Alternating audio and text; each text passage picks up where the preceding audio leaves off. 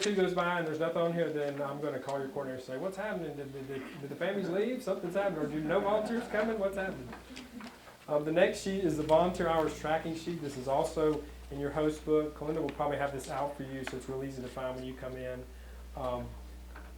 We need you to write down your hours because your hours translate into money. When we go to find funding from foundations and corporations, they want to know how much support do you have, how much of your help and your funding is coming from your volunteers. And so every hour that you volunteer equals $10.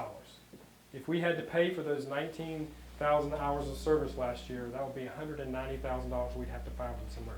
We don't have to find $190,000 because you come and volunteer and people like you come and volunteer. So it helps when I go for funding to say this is how much we received from people volunteering or from churches giving us free rent. These are the in-kind gifts that we don't have to raise money for, and that helps us to raise additional money because they like to see that you're getting help from the community through in-kind as well as financial donations. And so the other thing that we use this for is to let everybody know how much support that we have a lot of support and a lot of community support here. And so it's nice to be able to say we've got so many volunteers giving so many hours. I like to be able to say we've got so many kids volunteering, so many young adults, and I can do that to some extent, but a lot of people don't like to put their age down there, so I understand that. I had somebody earlier, an older lady, when filled out on Sunday, she put under age, she put adult. I'm like, oh, okay, I'll go with that. Okay, you don't have to tell me how old you are. But on this, I do want you to just put your name. If you want to put age, that's fine. The type of service, were you a dinner host? Did you bring the dinner? Were you a fellowship host? Were you overnight host? Did you drive the van? Whatever that is. Your start time, finish time. And you can count your travel time, and you can also count any prep time. If you're cooking a meal, you don't have an easy button from Publix, right? Unless you get their chicken already cooked, but you still have to go get it. So any kind of preparation, if you have to go pick up the food or the time you spend figuring out the ingredients, writing the list, driving to the grocery store, getting the stuff, coming back, prepping it, cooking it, putting the temple on, driving to church, you can count all of that. So put all of that on there. And please make sure that you put your children on there and you sign them in. The same sheet? Same sheet, yeah. And it's by day, so if you're volunteering on Monday, it'll have Monday in the date, and you just sign in. Typically, that's 15 lines is plenty for the day. Any questions about that? Okay, the next one says weekend volunteers. And I'm not going to go over all this, but if you'll skip down to paragraph 4, I want to emphasize that supervision of the children is a responsibility of the guests that are in the program, the families that we're serving. It's not the volunteer's responsibility to supervise or babysit children. A guest, parent, I'll say mothers because that's primarily who we serve. 85% are single mothers, so I'll say mothers most of the time. It's not for a mother to go off and do something else and leave their kids with you, or go outside and smoke and leave the kids inside. They're always to be in the same area as their children and supervising their children. That's their responsibility. And if they're not, you just need to let us know that. Yes, question? Now that week, there's no school. Right. During the day, they're going to be at the day center, so they'll have the kids with them at the day center, or they'll have other activities going on for them. The real little ones are still in daycare, so nothing really changes except the day of, the actual day or so of the holiday. So they'll be here around 5 o'clock, back here. That's the time we're going to start serving? Yes, and that's a good question, because the arrive time is really between 5 and 6. You need to have somebody here at 5 because somebody could come right at 5 if they're coming right from the day center or if they get off work early or whatever. But most of the time, they're going to be coming in at different times between there. What we ask them to do is to be here by the time dinner's served. And you have a little flexibility if you want to serve it at 6 or 6:30. Most of the churches do it either 6 or 6:30. So that gives them a little more time to get here through traffic. But they're supposed to be here by dinner. If they're going to be late, they're supposed to call the coordinator, let them know, or me, and let me know so that I can let you know they're going to be late. And if they're going to miss dinner, they're supposed to give us 24 hours notice. You'll see all that in the program guidelines. So that I can let you know, hey, you have 2 less or 5 less or 10, hopefully not 10 less, but less people for dinner so you can adjust your amount of food. Okay, that's all on that one for now. The next one is volunteers, just so we're on the same page. And we'll go through these real quick. It is imperative that no guests ever be left alone in your congregation. Okay, there's a lot of liability issues with that. So we like for there to always be 2 adults volunteers here whenever there are families in the congregation. Never give the keys of your church to a guest. I mean, that's common sense, right? But we had another affiliate that did that. Didn't work out well. So there's really no need for them to have keys. You should have a volunteer here to open up their rooms when they get here, by 5 o'clock, 5:15. Again, number 3, children of guests must never be left alone in the care of a volunteer. We talked about that. The next one, there should be 2 adults present when hosting families. We talked about that. All donations must never be given directly to the guest. Okay? We want you to funnel it through me, through our office for several reasons. One is because we would like to try to treat the guest as much the same as possible and as fairly as possible. The other thing is we also want to see the families receiving donations from the organization rather than from a particular church or a particular person. We don't want you to be the sugar mama or the sugar daddy, because then what can happen is they're coming to you for things even during the program and after the program, trying to, asking for money or other particular things. The problem with that is not that we don't want you to help. The problem is you don't know what their case plan is. You're not the case manager, and we don't want you to be. We don't want you to have that responsibility. We want you just to be here and offer a safe place and offer hospitality. The case manager gets to know all the gory details about what's going on, what put them in the situation, and what they need to do to get out of the situation. But you may be doing something, giving them something that you think is going to help, which actually may not be helping. It may be enabling or actually hurting their process of becoming self-sufficient. So that's the main reason for that. That doesn't mean we don't want you to help. If you see that little Johnny needs shoes, and just let me know that you want to help with the shoes, give me a gift card and I'll give the gift card to little Johnny's mom, or provide the cash, or whatever you want to do. We'll make sure that's, or if you want to buy the shoes, if you know what kind, of bring them, then I will present those to them at the day center, and the needs will still be taken care of. It'll just be coming from Family Promise instead of an individual or church. Never ask a child if they have any needs. What child doesn't? You always ask the parent, and we've got a section on the video that talks about that. No guest should ever be carried in a volunteer's vehicle. The main reason for that is if you do that, then your insurance is primary. And I don't think you want your insurance to be primary. If you drive our vehicle, then our insurance is primary, and our $2 million liability coverage and all of that is in place. So that's why on Friday night when the van driver brings the families, he leaves the van here, and you need van drivers for the weekend so that you can take them where they need to go. If there's an emergency during the middle of the week, as soon as it is, if it's a true emergency, 911. If it's not, and we need to transport the family somewhere, then call me and we'll deal with that. Either I'll bring the van over, or we'll make a decision. If we have to drop somebody's car, we'll work that out. But that's only in a severe situation. So we'll only have the van on the weekends? Yes, Friday night through Sunday, taking them to the next church. And that Friday night when the van driver drops the van off here, do we You get need him a shuttle, somebody to shuttle him back. in our vehicle, or? It does, at that point, it doesn't matter. If you want, what can happen is he can drive the van back, and then your person can drive the van. He can go with you in the van and drive the van back. The good thing about that is you don't have to use your personal gas. A lot of people just have a volunteer just here for that purpose, and they drive them in their personal car, and when they drop them off, they just go home or wherever. That doesn't matter when you're driving him. He's a staff person. It's no big deal. He's not a guest. He's not being served by the program. So you can use your individual car to do that if We you just want. gave him a ride back, so Yeah. Friday night we need to get him back to the base. Okay. Under no circumstances should you give your personal telephone number to a guest. Why do you think that's important, or why do you think that's the case? They can call me, then Okay, yeah. As everybody says, because they're calling you, right, yeah. And again, it all goes back to, you don't know their situation, and you might be given advice that may or may not be helping. And we also don't want them to become dependent on you. And we also want you as a volunteer to model boundaries. I think one of the things, most important things we do as volunteers is we model positive, healthy boundaries. And a lot of our families need that, because some of them are in the situation because they don't have those healthy boundaries. Can we give, when they ask for our phone numbers, can we give yours? Yes. Just Well, like they a- have mine on speed dial. I have theirs on speed I dial. was gonna say, here Yeah. it is. but Yeah. then If they'll they don't call have and it, say, you "Can can I give talk them mine. to-" That's I fine. said, we are the ones who can. Right. And the only exception to that is if the coordinator wants to give them their cell phone number for the week so that they can call them if they're running late or whatever, then that's fine. Some of my coordinators like that and do it, and some don't. And so it's really up to the coordinator. If you want to do that, fine. If not, then just tell them to call me and I'll call you.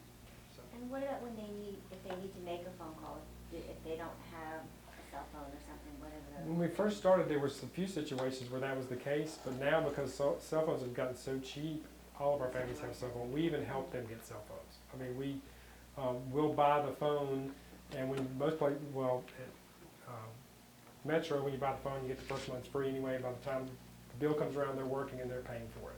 So it's $45 a month. So, and we'll talk about phones a little bit more when we get into sensitivities again. The next sheet there is do's and don'ts list for volunteer. We're not going to go through this. This is just for you. Some of these we covered, but we're not going to go over all those. And the last two sheets are some statistics, the homeless facts that I went over, and also a little quiz, a poverty and homeless quiz.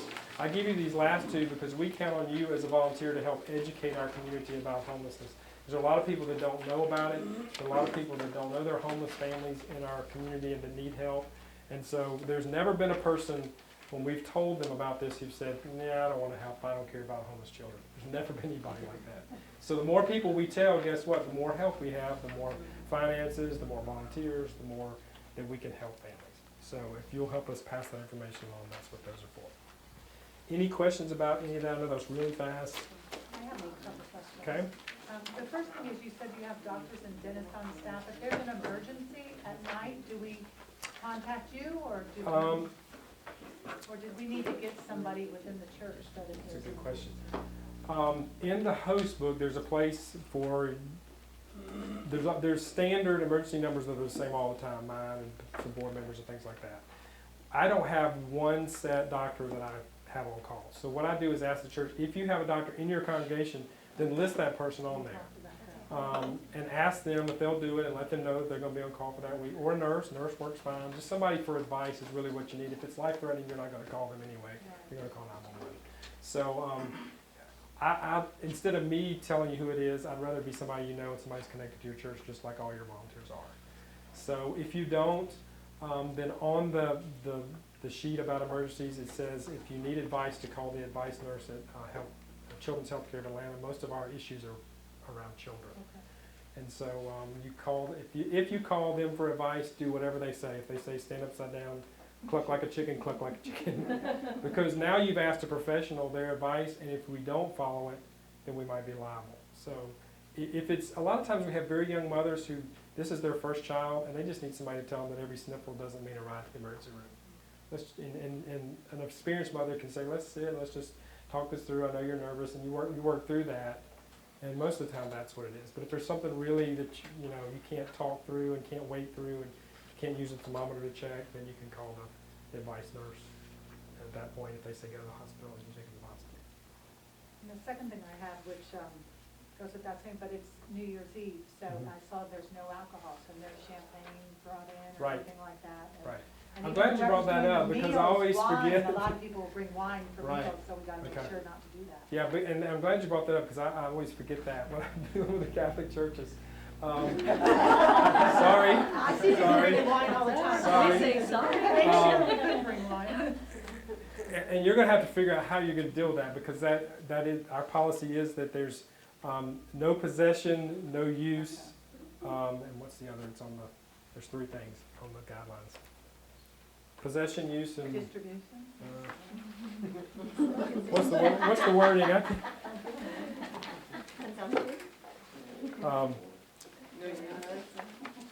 Possession, being under the influence, or consumption.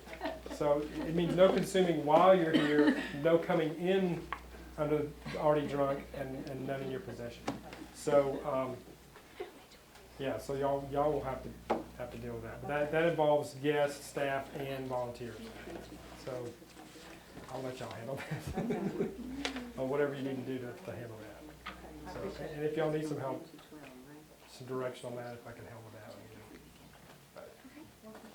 Being That's a our good first question. time, what's the biggest obstacle you find in the new parishes? What do we need to know that perhaps, is there like major obstacle? I know you've given us a lot of information. Relax, take a deep breath, and don't worry about it. Terry, would you agree with that? Terry's volunteered a lot. She's a co-coordinator at one of our support churches. I think, especially the first time, you get so uptight about wanting to do the best job, which is normal. We want you to do the best job. But the first time, it's not going to go, everything is not going to go right the first time. There are too many details and too many things to think about for you to get it right the first time. And so it's probably going to be the second or third time where you feel like, hey, this is going pretty good.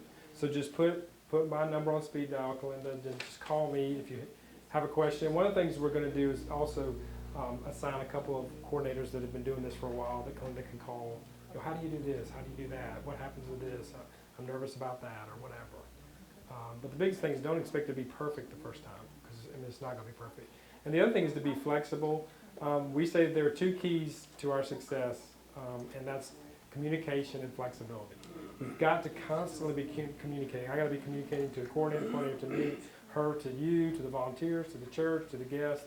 There's got to be communication, but there's also got to be flexibility. We're not dealing with robots. You're not coming to serve robots. If you are, then you might want to serve somewhere else, because the families are not going to walk in and be perfect. They're not going to say thank you, thank you, thank you, thank you, pat on the back all the time. Sometimes they're going to be in a bad mood. Sometimes they're going to be sick. Sometimes they're not going to come out and eat. Sometimes spouses are going to be fighting. Sometimes kids are going to be fighting. The things that happen at your house happen here. This is their home. And so all the things that you go through, the stress, the long day, mad at spouses, all of that, grudges, they have that too. So just expect them to be human and be flexible and deal with whatever's going on. I think that's probably. One of the suggestions of one of the coordinators is they will go the week before they host to the church that's hosting them to meet some of the families. And it's nice then when they come to your church, that they see a face that they know. The week before here is when they're at Grayson. Grayson, so. Yeah, Grayson United Methodist. The other good part about that is if your coordinator goes, or also your meal coordinator, you can talk to them about what they've been eating, and because one of the things that happens or can happen is if you don't do that, they can end up having a lot of the same meals again. Which, I mean, they're thankful to have a meal, but when you have chicken 4 days in a row, or pasta 6 days in a row, or pizza 4 days, I mean, it just kind of gets old. So we want to try to. And you So can that find helps out us. the lunches too. And find out what. Sometimes they don't eat. And find out what they've been eating. Have they been You'll eating sandwich throw it out, stuff? you Are know. they eating fruit? What are they eating for breakfast? Don't go out and buy a lot of stuff they're not going to eat, so you can find all that out while you're there. You can That's a call the coordinator too. Yeah, you don't have to go Without having visit. to go see them. Right. But it does, if you can go out, it's good that way.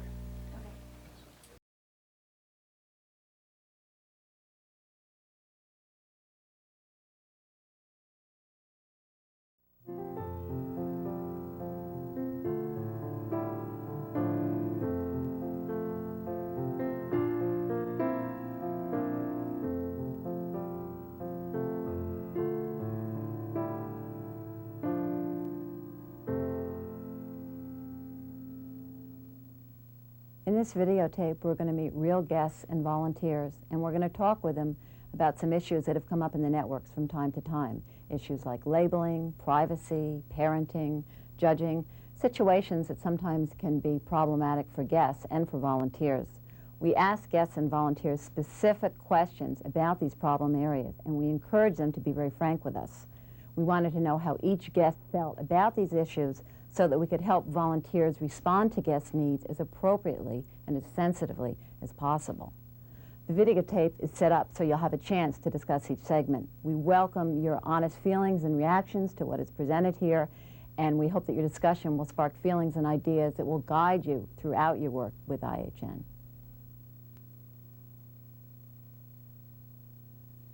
I remember my very first time volunteering in the network. We were helping out in Union County before the network was up and running in Morris County. And I remember walking in the back door of a church in Summit, and my heart was about mid-throat. And it was a certain fear of the unknown. When I first went into the program, I cried. I did not want to come here, you know, because of everything I've always heard about it. I never had to live it before, and when I got here, I found it was totally different from what I thought, what I heard. These are just people like you and me. They could be out in the street, you know, passing you. You wouldn't know they were homeless. No way. Or you could sit next to them in the movie theater. You wouldn't know. Or in a hamburger joint.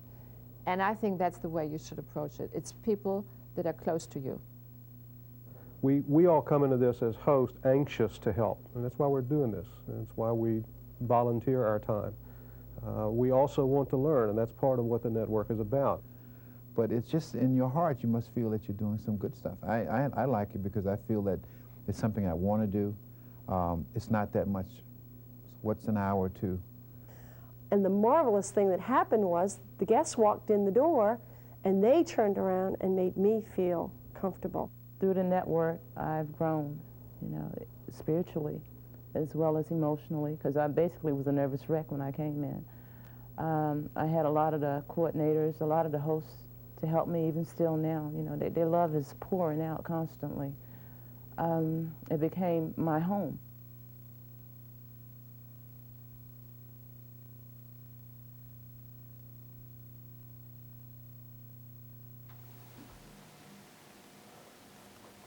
No response. Okay.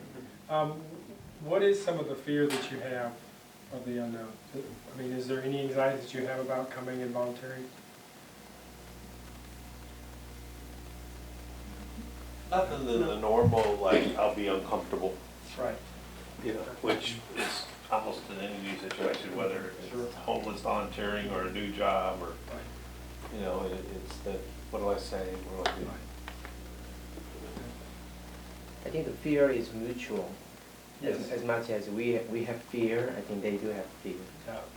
That's a good point. Because even though our families, some end up doing this several weeks and some do it longer than others, there is always a fear because you're coming into a new place. You don't know what it's going to be like. You don't know what the volunteers are going to be like. There is some sort of an expectation because you've been doing this, so you know the routine. You know the volunteers are going to hopefully kind of be the same and all do the same kind of things. But you're right. They don't know who they're going to see or exactly where they're going to be sleeping. They know the kind of bed they're going to be sleeping on, but every church is different. Yeah, it's basically fear of unknown for us. We don't know what to expect. This is the first time. And how much do you share about the families, like with the volunteers? It's really just the basics. The information I send you ahead of time says how many people are in each family, their name, their ages, gender of the kids, if they need, what their needs are. Do they need, if they're little kids, do they need diapers and or formula? Do they need a crib? And if so, how many? Do they have a car, so you'll know if they're riding the van or not? And are they taking medication? Because if so, we give them a lockbox. It's their responsibility to take their medication. You don't have to dispense that or anything. We just like you to know that they have it. And then the last thing is on there is any allergies or religious restrictions as far as food, so you'll know what you need if you need to avoid pork or shellfish. Will they have the medication for their children? Yes. Okay. Right. Actually, when we started, the national organization said, well, you should be doing it this way. The good thing about being in a field is we can change things that help us do the best that we can, that fit well for us. We still have the basic same structure, but we have the flexibility. Well, they were saying there has to be a lockbox at each church, and each coordinator has to distribute it. And we're like, well, that doesn't make any sense. These are adults. If they can't distribute it now, how can they distribute it when they're out on their own? So all we're worried about is the safety of the children. We don't want medication laying everywhere, so a 2-year-old toddler can go over and get into the medication. So we give them a lockbox with a key and say, keep your medication locked. When it's time to give it, you unlock it. Give it to yourself or your kids or whoever, then you lock it back up. So that's the main purpose of that. We don't distribute the medication. We just make sure that the kids are safe and don't have access to it. What if during the night or during the time that they start engaging in conversation about what's going on in their life? How do you, I don't want to say how do you respond, but to what degree? Do you just listen? What do you do? Let's hold that to a little bit further because we're going to get into some of that in the video. And if we don't answer your question completely, then raise it again. But I think we probably will get to that. Do you have any brief guideline for our own children who will be there? As far as kind of behavior, because I have one teenager in elementary school. No, as long as they're following the basic guidelines for everybody else, which is on that sheet. We never have issues with volunteers' kids. We ask that kids 16 and older come to the training, so they have the training if they do drive and want to come on their own. Kids 15 and other need to come with parents. And so we don't require them to come to training because you as the parent can decide how you want to teach them about homelessness and what, some kids need more direction than others, some get it, some don't get it, some, and you know your kid better than anybody, so it makes sense for you to deal with that. One of the stories that we like to tell is about, and it's happened in almost every network, the parent who says to their little bitty children, we're going to go to the church and we're going to serve homeless kids and you're going to play with homeless kids and then we'll come back home. Well, they go to the church, they play with the kids, they get in the car on the way home, the kids say, well, when are we going to meet the homeless kids? Because kids, they're just kids to kids. They don't know that they're homeless. And so a lot of times you don't have to. It's when your kids get to be the tweens or the teenage years when they can be a little more insensitive. But we've never had an issue. Parents pre-teach to those that need, the kids that need it, and others just come and play and have a good time. So. Are our children allowed to stay over? Oh, sure. If we stay over? Absolutely. Everything is done as a family. So if you bring a meal, bring your kids. If you stay over, bring your kids. If you drive the van, I wouldn't drive, but they can drive with you. all of that, yeah. So they can do everything that the parents can do. Let me just say one thing. Let me put a plug in for overnight because a lot of people are fearful about staying overnight, and sometimes it's the hardest volunteers to find. It's the easiest thing to do, and kids love it. I have two boys that are now 7 and 12, and we've been doing this for 5 years. So my little one, we took a packet plate from the very beginning, and when our church hosts, we do Friday nights, and they love it. They love to play with the kids. They love to stay up late. If there's a game system, or if there's games or cards, they just love it. Hide and seek in the church. Whatever, it's a good time. And it's the easiest thing because especially if you come during the week, the families are in bed or getting ready for bed at 9 o'clock because they've got to get up and go to school and to work or to the day center.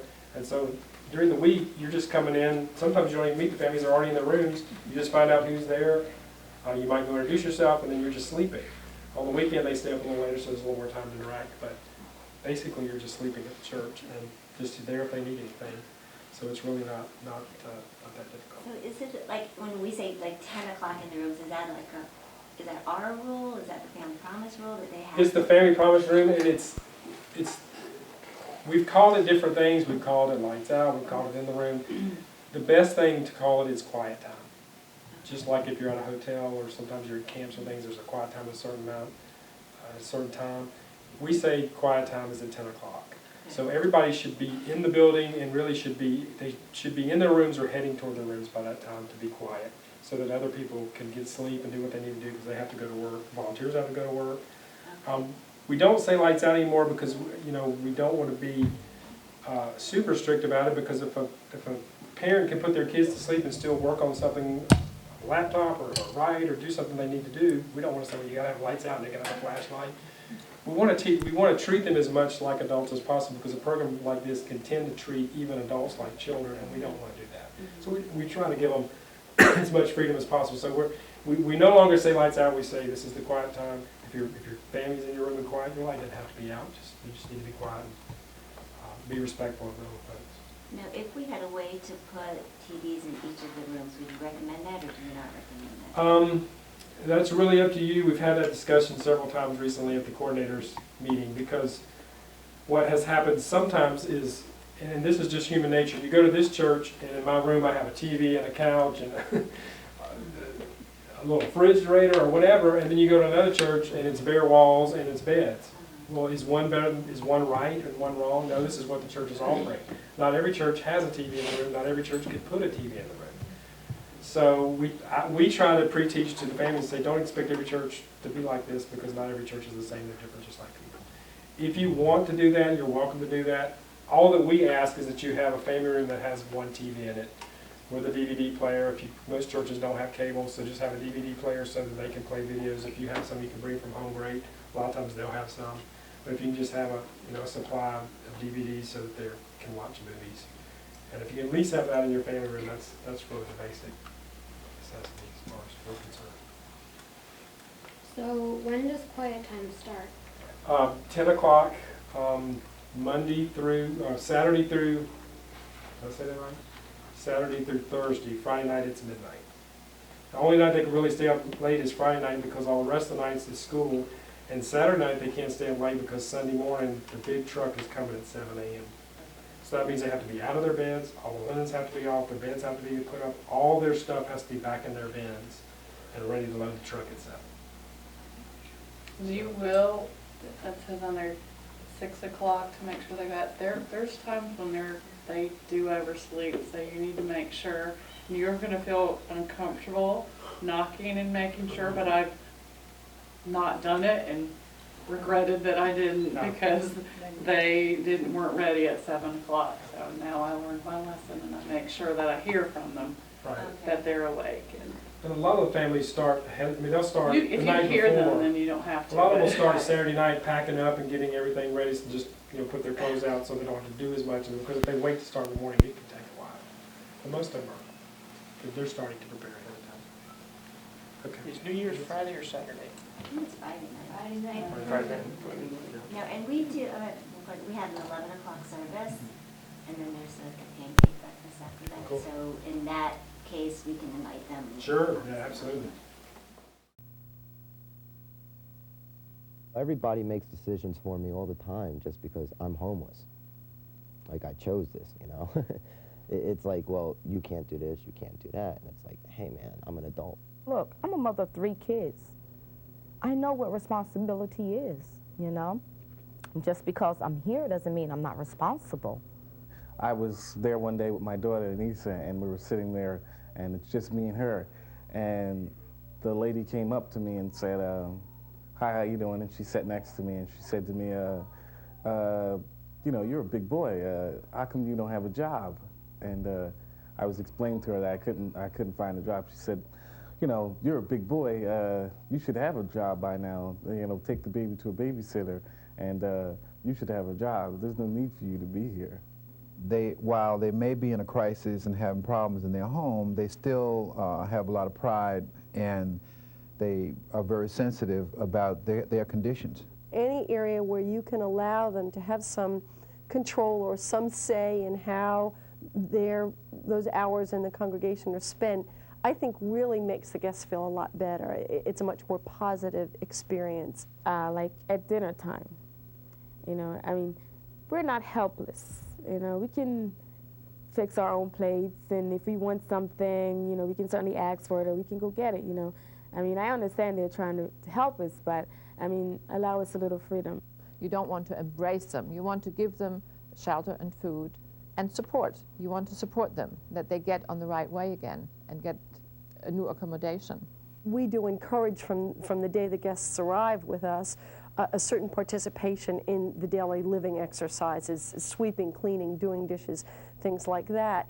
And we try and spell that out very clearly so that the guests understand what their responsibilities are. If the workers or whatever, they keep hovering over you, you ain't going to do it. You're going to get into a move like, I know some that was in when I was in, they would get underneath the move that, well, they giving me all of this, they doing this for me, why not take all I can take while it was free? That's the wrong idea, so and really I think some of the hosts just made them think that. So, let them know that they got to work on their own, and they got to build up and get their life back up instead of down. Rather than us feel we must jump in all the time, and as soon as we see one of them getting up, we say, what do you need? What do you want? That I think is a real danger. Because I think we really build a wall between them and us if we do that.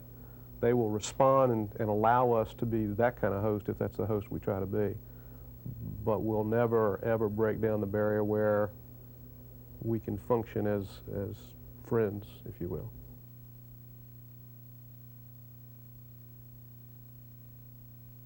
So labels, and so we don't use terms like homeless, we say guest. That's one reason why we said we call the families guests, and you're the host, because you're providing hospitality, and they're a guest in your, in this case, spiritual home for a week.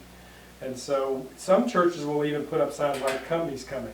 Like 2 or 3 weeks before, they'll put signs and count down, company's coming in 12, 14 days, 7 days, and just count it down. So you start getting in the mindset, these are guests, and you're opening up your spiritual home to be a temporary home for families. So.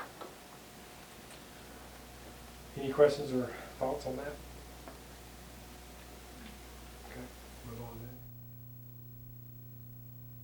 You know, when you're in a program, you're going through enough problems, and you really don't need somebody just constantly asking questions. Why are you so young and homeless? Well, what's your story? How did you come to be here? It's rough. People keep asking me the same questions over and over. It gets monotonous. You know, people are just rude about this whole issue. I feel sometimes like recording a tape and just playing that loop tape over and over again. You know, some people just come and sit down and like question, you know, which is really annoying to anyone. You can't just ask somebody their whole life story once they step into a place, because they're not concentrating. And, you know, they have too many problems and they're confused. They need time to relax. People are very curious to find out what's the background and so on, and volunteers sometimes are not very sensitive there. Maybe one out of every 3 churches you might get a nosy host that wants to know how I became homeless, you know, and what happened, where's my mother, my father, do I have family, where am I from, you know, and I talk to her and I let them know, you know, the basics, what I want her to know, and what I don't want her to know, I basically walk away from them. Maybe the most difficult thing for the volunteer to be sensitive to be aware of, is this fact that I'm only one of many volunteers. And what I'm doing out of a sincere interest becomes unpleasant, if not unacceptable, when repeated countless times over the course of the stay of the guest in the network. And, you know, you get one person, maybe if there's about 4 hostess there and they're all sitting there eating, you may have one that asks you a question and you answer them. Then about 5 minutes later, the one on the other end may ask you the same question that the other one at the table just did, only they didn't know that. But I mean, to the person that's receiving those questions, it gets irritating. I know it was irritating to me to come home after all day dealing with, you know, the failures of the day, some success, you know, and disappointment that this wasn't the day you got your apartment. Last thing you need is for somebody to say, well, how was your day? Just say hi. I feel it should be up to them, you know, the people who are homeless, to come up and break the ice, not have people coming up and pressuring you. I guess it's no different than with any other situation where you're encountering someone for the first time and you're trying to strike up a conversation, get to know them. I don't think you immediately start probing at their innermost secrets or the core of their personal lives. If I get to know a little more about you, I'm more willing to open myself up, and knowing that eventually I may get to see you again. The next time I see you, I feel like, in a sense, I know you. And to me, you won't be prying. It's like a genuine, you care, you know, well, Angie, how is such and such coming along? It's fine with me. But if I'm meeting you for the first time, all I ask is don't be overly anxious, you know, to get me to open up. You know, just give me that space and that time, because basically I'm going through enough while I'm there. And I'd rather have the space. I don't like for people to invade my space, so I try to feel the same way when I work with anyone, and then they just happen to be homeless, that's all. Someone must have told them, the people, one of the hosts, to keep an eye on us, because basically every time we got up to go to the bathroom,